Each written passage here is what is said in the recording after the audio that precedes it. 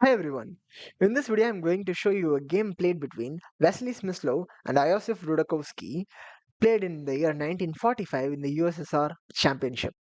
And if you're new to chess and you don't know about Vasily Smyslov is a former world chess champion, and he's the only world chess champion to be a world champion for only 1 year.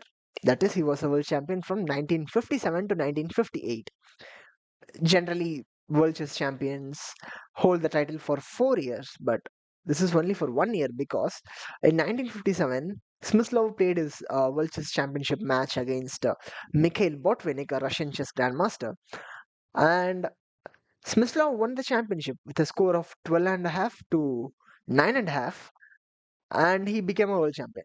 But in 1958, Mikhail Botvinnik claimed his rematch against Smyslov, and both of them played, and Smyslov lost the match with a score of 10.5 to 12.5, uh, scored by Mikhail Botvinnik.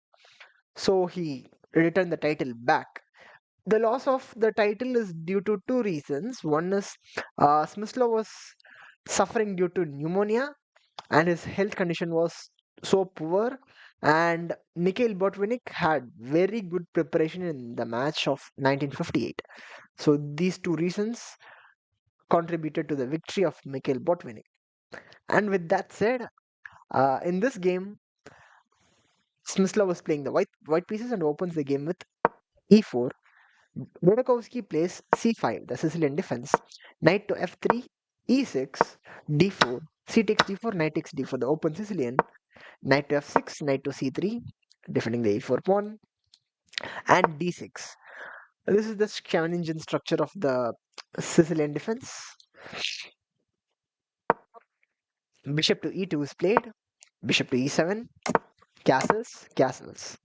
Both the players castles, and they are now entering the middle game phase of the game. Bishop to e3. Knight to c6. Pawn to f4. Expanding on the king side and controlling more squares in the center with the pawns. Queen to c7. Queen to e1. This queen e1 move is usually seen in the Grand Prix attack where the queen lands on g3 and every piece is literally thrown after the black king for a kingside attack once the center is shut down. Knight takes d4, bishop takes d4, e5. I want to ask you this question. Let's say you want to attack your opponent. Do you want to open up the center or you want to close the center? You want to attack your opponent. Do you want to open up the center or you want to close the center? You want to close the center because when the center is closed, your opponent can bring his pieces easily to the defense of the king from the other side of the board. Because the center is locked, it's difficult to maneuver the pieces back. So in this position, the bishop is attacked, so the bishop goes back, and after bishop to e6, f5 is played, temporarily shutting down the center, expanding on the king side with more space on this side of the board. And if you have more space on the king side, you have a good prospects of a king side attack. So bishop to c4 is played, trading bishops. Bishop takes, queen takes c4, and after bishop to g5. This bishop g5 is the key move in the position because let's look at this position. We have white has a bishop and a knight, so does black. If you look at black's pieces, which one of these two pieces are more superior?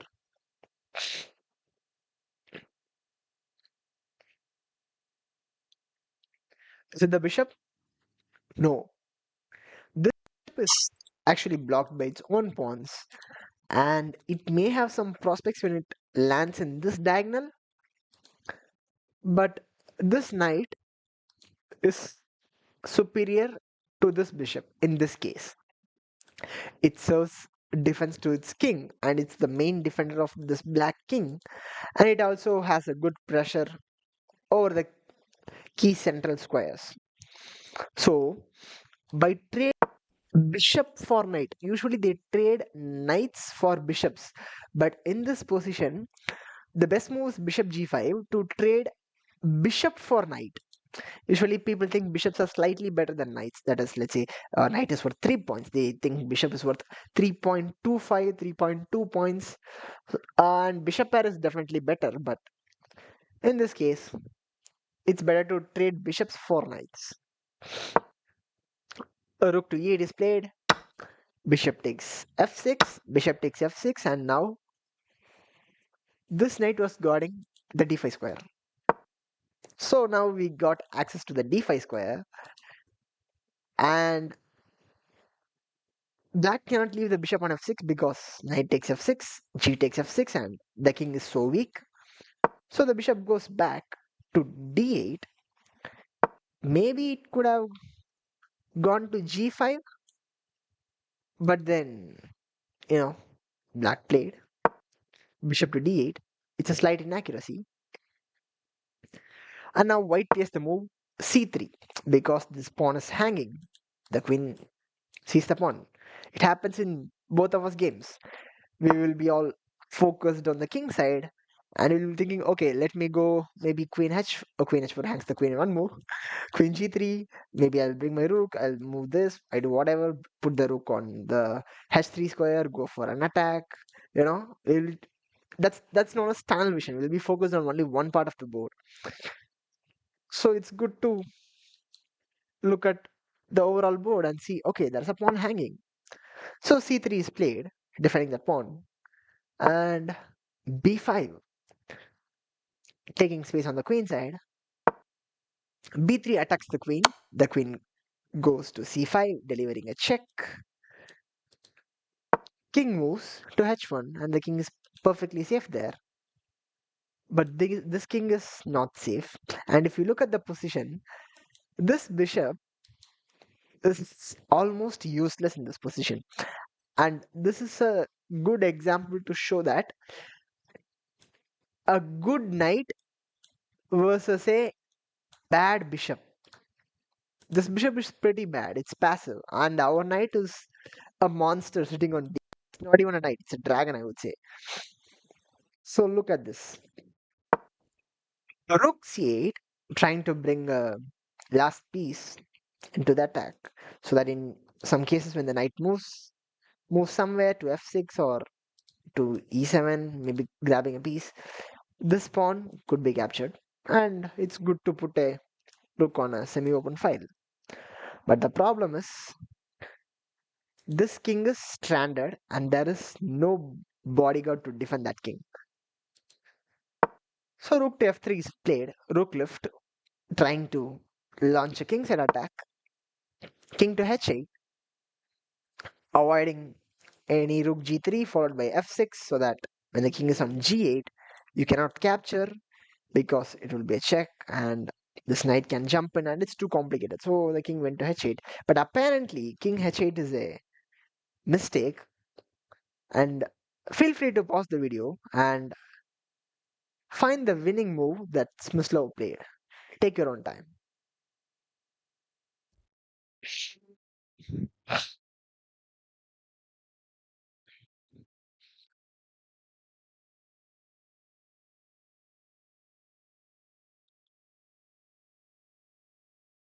Congratulations if you had found the move to f6, and this move was devastating because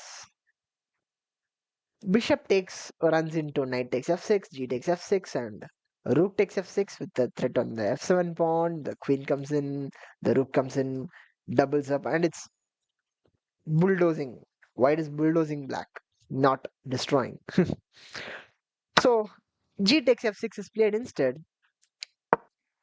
which will lead to certain similar complications, but it's better to play queen to h4, pressuring h7, and when knight lands on f6, there will be a mate threat. So black played the move Rook to g8. You may ask, why did black play rook to g8? I would have played seeing this. Who said my bishop is bad? I would play f5, discovered attack, hitting the queen, at the same time threatening to take on e4, which will hit the rook eventually. And white has to move his queen somewhere, and I will be just grabbing everything.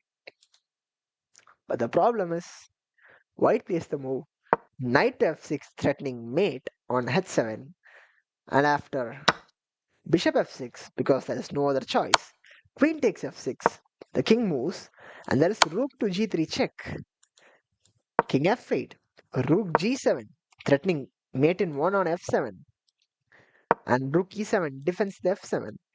But there is rook takes h7, threatening rook h8 checkmate. So there is no defense. Then there are no checks even. So the king has to run. King e8, let's say. There is rook h8 check, king to d7, and if you take the rook, queen captures back, and you may not win this rook. So it's better to go. Queen takes f5 check,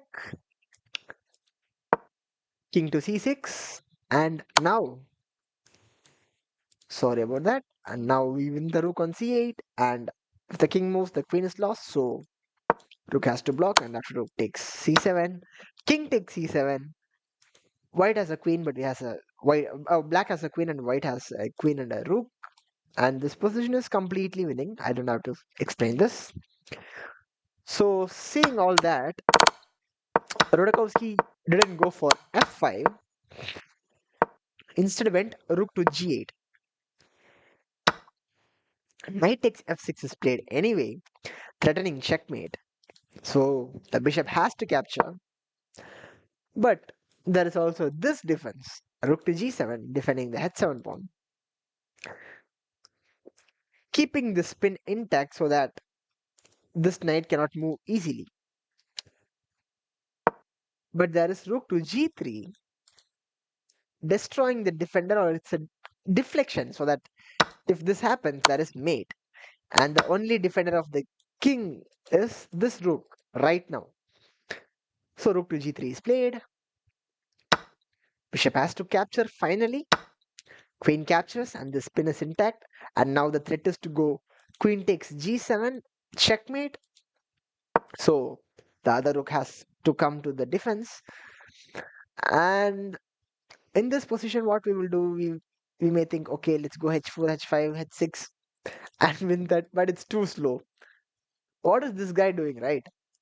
So cool, calm, collected move. Bring your rook, get the rook in, and black cannot do anything about that. You have to understand that black is literally paralyzed. These three pieces can never move. Also this. So these four pieces cannot move anywhere. And this cannot move because there is queen h6.